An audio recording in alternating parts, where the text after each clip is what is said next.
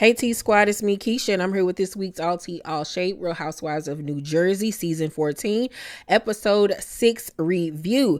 So this week's episode begins with Teresa inviting Jackie over to her house, and Jackie makes a comment in her confessional that she wants to be surrounded by nice people and people that make her happy.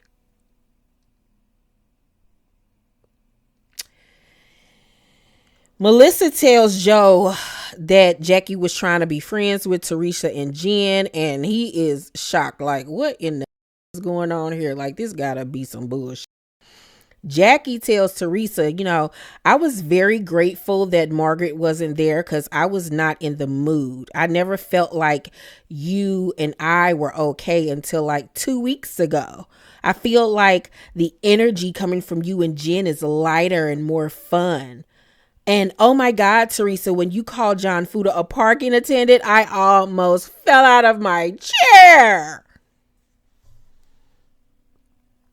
First of all, the word on the curb is that Teresa's lawyer went to Jackie's book signing and asked her to talk and told her it's time for you to flip if you want to be able to get your way back on the show as a housewife. You need to flip on Margaret and Melissa and become friends with Teresa. And that's what allegedly she has done. Because when you watch them together, it's so forced. That scene was so forced. Nothing that comes out of Jackie's mouth is believable because it's not true. Like, you don't like this woman and she don't like you either. You only want to be around people that are nice and make you happy. And that's Teresa and Jen? Okay, girl. I just can't with this. Whatever. Oh, and then the fact that she was sitting up there talking about Margaret once again. Like, you keep on talking about how not good of a friend Margaret has been to you, but you the one to keep on snaking her. Like, why are you talking about somebody that you're supposed to be best friends with the ops? I'm saying, you happy she wasn't there? Well, God, tell us also how you feel. Then Rachel tells Marge what happened because Marge is on a girls trip and she FaceTimes with Rachel, and Rachel tells her what happened at Danielle's dinner party or whatever, and how Teresa called John a parking attendant.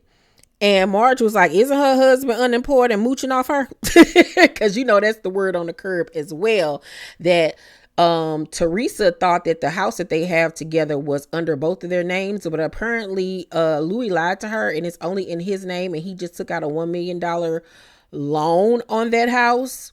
Girl, it's some going down. Okay. I'm going to see if I can get Chrissy Balls over here on my channel. She is a blogger that has revealed all the behind the scenes tea on Melissa's old nose and Teresa and Louis and Jennifer Aydin. I really want to try to get her on the show so she can break all of this stuff down to us. Dolores and Paula, because I'm going to call him Paula, go out to eat. And she brings up the fact that she was having a conversation with the girls about them getting their a house together since she moved in with him. That's his place, is masculine or whatever. She wants them to have a place that they can say is theirs, but she can't move forward to that next step until he gets a divorce and she get a ring on her finger. So Pauline says, so do you think if I get divorced that I'm just gonna get down on one knee the next day?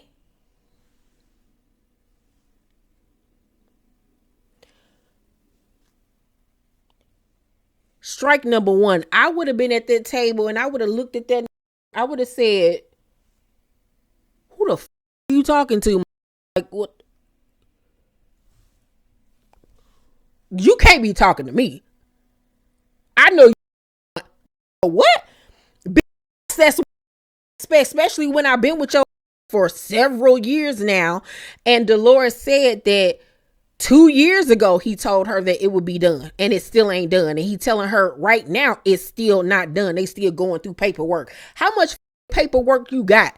And I've also heard that behind the scenes ain't as sweet as Dolores tried to make a scene with her and Pauline, and that he ain't getting no divorce no time soon from this woman. It's some going down, y'all. It's some going down.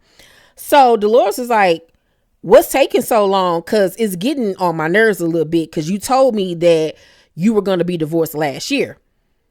And at this point in her confessional, she realizes that she's in the same position as she was with David, waiting on a man to give her what she desires, what she needs, what she wants, and her not getting it. She dates emotionally, physically unavailable men, okay, that string her along, and she allows herself to be in limbo with these men.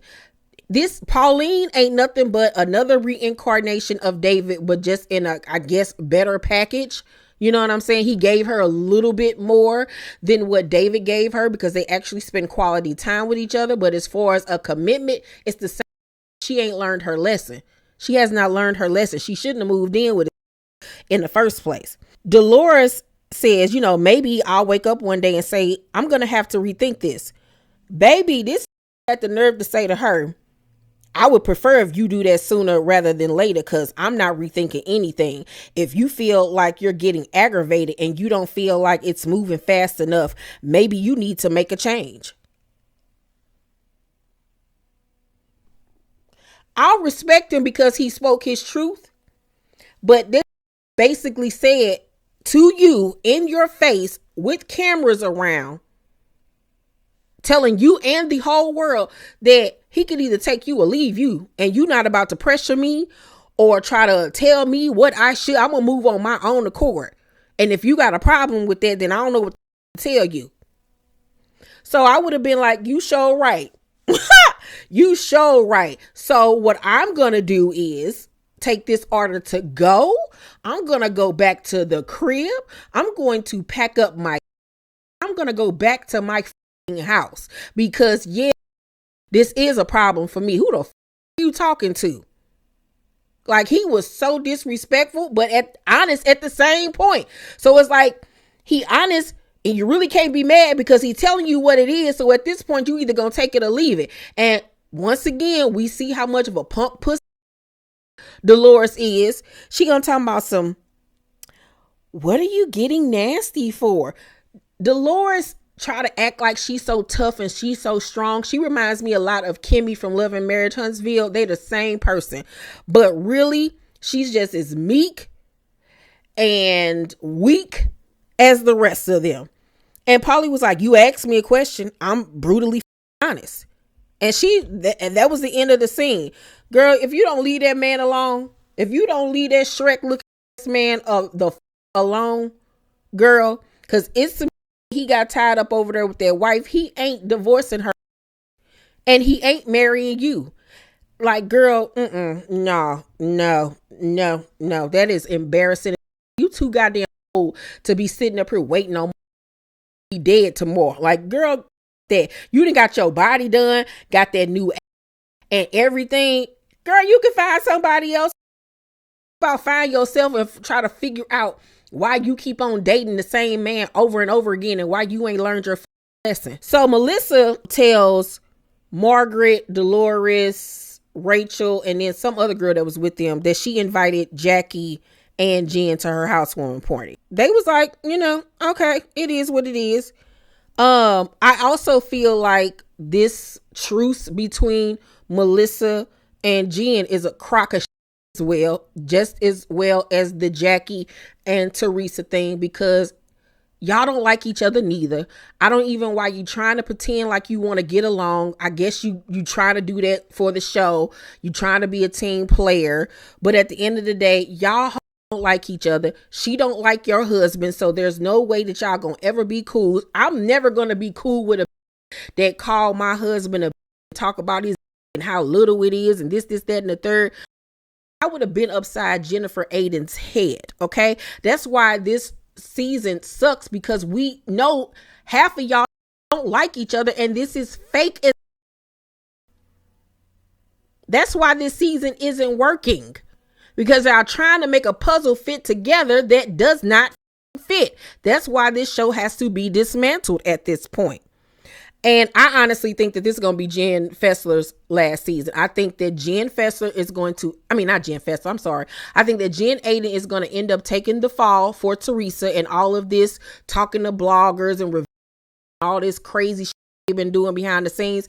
Jennifer is going to fall on the sword for Teresa, and word on the curb is that they ain't really as cool as they used to be neither. And what I foresee happening, I see Jennifer getting fired because, face it, Andy never really liked Jen Aydin in the first place. Couldn't stand her ass, but she was good for television. She's going to get fired. They're going to keep Teresa. I think that they're going to try to like reprimand her in some type of way, because Andy confronted her last night on Watch What Happens Live about the leaks and all of that stuff. Of course, she denied it. Andy was looking at her like, he even said, there's screenshots, Teresa. Like, yeah, her days are numbered, but I don't think that they're going to get rid of her next season. But Jennifer is going to end up taking the fall for all this behind the scene bullshit her and Teresa have been doing. And Teresa and her not going to end up being cool, and Jen going to end up spilling all the things. Watch what I tell you. Jen Fessler and Jen Aydin meet up for drinks, and Jen Aydin brings up Danielle saying, who is Lena to be there with us? Now, that was a very elitist thing for her to say. You know what I'm saying? Like, how you turning up your nose at somebody? Like, girl, who the you? Like, that was some bullshit. So Fessler was like, apparently someone that did her hair for free. Now, this is what I was saying last week. If she paid for the service, the girl bought a ticket and then came to the event and was sitting over there in the VIP section or whatever, when she wasn't supposed to, then yeah, girl, you're not supposed to be over here. This is for certain people. Yeah, you did my hair, but I paid you. This is a service. But to find out that this girl did her hair for free, you know what I'm saying? It is kind of like, she did you a favor. She paid a ticket to come. You could at least let her sit over there with her homegirls. So I don't know. I just need more context on that whole situation. Paulie and Joe and some of the other guys are playing golf. And Paulie tells Joe Gorga that he wants to go into business with Dolores. And he basically says it in a way where it's like, that's more of a commitment with us going into business together than actually getting married to her, which is another way of him basically saying he's not going to marry her. He looks at her, I feel, like a business opportunity. I think that he likes being on television. I think that he likes Dolores, but I don't think that he's in love with Dolores. It's something going on over there with their wife child, and I want to find out who the he is. Joe even looking at him like, do you know who you with? Like, she don't want that. She want to be married. You know what I'm saying? So Danielle's fashion show happens. The clothes were god awful. Let's move forward. Louis, we find out, asks Paulie to ask John Fuda to have a sit down. And John says the only way that he'll do it is if they give him a proper apology. So the sit down happens, and Teresa asks the Fudas to give Joe a housewarming gift. Girl, you don't bit more give that house or whatever they got going on. You the same one just seen your brother at that baseball game, and when that man walked in the dressing room, you did him like that. Girl, Teresa, I see right through your foolishness. So Teresa says that she doesn't have a problem with the Fudas. Bullshit. Teresa says, if I said you were the biggest drug dealer in Bergen County, I apologize for that. You did say it. Ain't no if I, first of all. So John was like, you still have no right to use my past against me when I was, a juvenile. You took that information from a criminal who's currently in prison for manufacturing crystal meth. And Teresa's like, stop, John. That's Jaden's mom, but I don't want to do that. And Rachel was like, no, I'm Jaden's mom. Nice to meet you. Now, I felt like John Fuda was right for saying what he did about Teresa getting information from a criminal who's in prison and trying to use that against him. Like, don't even fit. Like, the you doing? You know what I'm saying? Now, Teresa then talking about some, don't say that, that's Jaden's mom. Okay, that's Jaden's mom. What about Jaden's dad? You talking about Jaden's dad and calling him a drug dealer to the world. So you don't get Jaden at the end of the day. So let's not do that. Rachel saying, no, I'm Jaden's mom. Nice to meet you. Yes, she has been that boy's mother figure, practically his whole life. But at the end of the day, that lady's still his mama. Despite her addictions and whatever she got going on, that's still his mother. Unless he denounces his mama and says, I don't her, then I felt like she shouldn't have said that. You know what I'm saying? I get it because you're there. You're in the trenches. You're raising this boy. You know what I'm saying? But he still do got a mama, no matter how up she may be. You know what I'm saying? Maybe I'm just too sensitive in this area. I don't know. Y'all let me know. Do you think that Rachel was wrong for saying that? Or do you think that she is justified with standing that I'm his mama? Yeah. So John was like, you don't know what you got yourself into by bringing that up. When you guys hash this all up, my son has to go through this.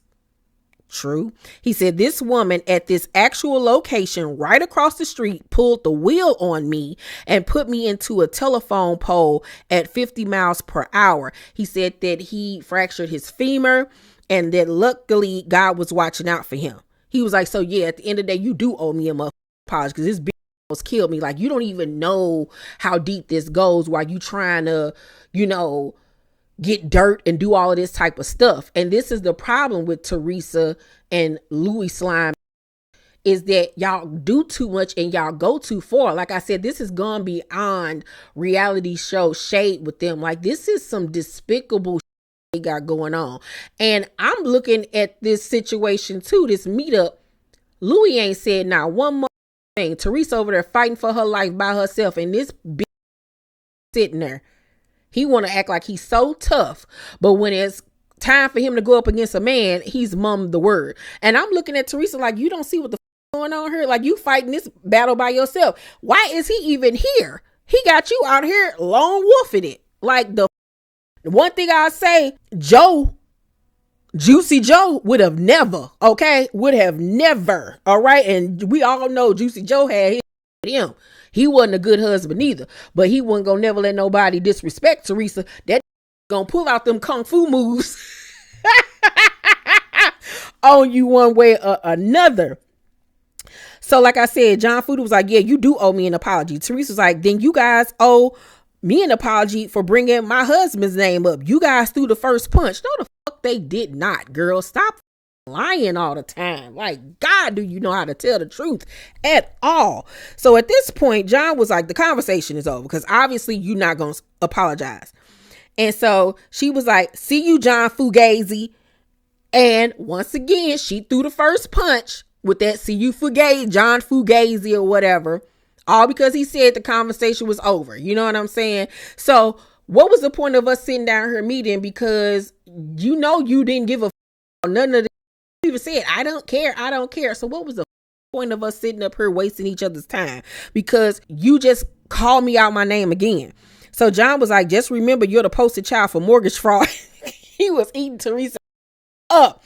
And Teresa's like, you're with the wrong girl. And John was like, ooh, I love a good fight. Bring it on, baby. And Teresa's like, you have a lot coming to you. And John was like, when I need my money laundered, I'll call you. And she was like, drug dealer.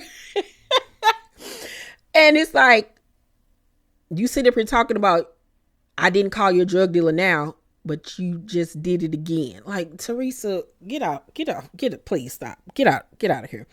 Overall, I'm gonna give this week's episode an A because of the FUDA'S. I love the way John ate Teresa up and left no crumbs. Teresa looked dumb per usual. This is an overall good episode. The between Paulie and Dolores was like, girl, I wish I could. Oh, I wish. What? Y'all let me know down below in the comment section what y'all thought about this week's episode. How did you feel about certain things that went down? This week, you guys, I have a Fashion Nova try-on haul, a Shein try-on haul, and a sneakers, heels, and accessory haul video coming for you guys. So be on the lookout for that. I got some fire stuff for you guys, okay? And I'm doing hair and makeup and all of that good So make sure you guys tune into that later on this week. Please make sure to thumbs up this video, subscribe to my channel, and turn on your post notifications so you know when my videos drop. I love you guys, and I'll see you on the next video. Peace.